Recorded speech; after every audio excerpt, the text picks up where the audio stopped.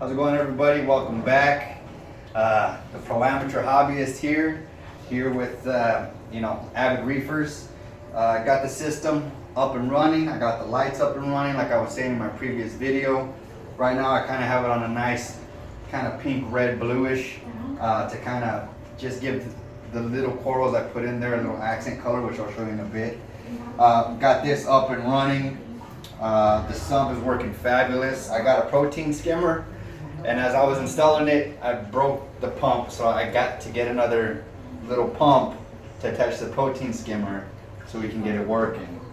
So I'll show you right now what I have real quick. So I have these stands custom made myself. This is just for now. Eventually I want to go ahead and get the racks, the frag racks and things like that they sell. They're just pretty expensive.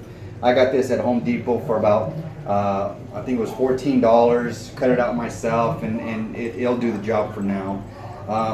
I did put in the frag holders in here simply because new ones, when you put them in there, they start to bubble up, and that doesn't look good for the tank, especially if you're the type that's very anal about aesthetics and making sure that everything looks nice and clean.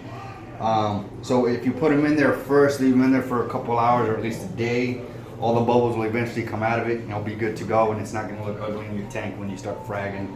I got a nice little bird's nest over here that we're going to be fragging this weekend, and when that comes around, I'm going to show you how we do that. Fill some of these frag holders with some of this bird's nest, and then whatever's remaining I'm going to put in my main tank that's in back here. I got a couple mushrooms over here. They're just starting to open up. I guess they're really liking the setting. I have a purple Monty over here. I got a purple Monty here, another nice little frag, and another purple Monty right over here. You kind of see it when in the waves, whatever. But let me show you what else we're going to be fragging.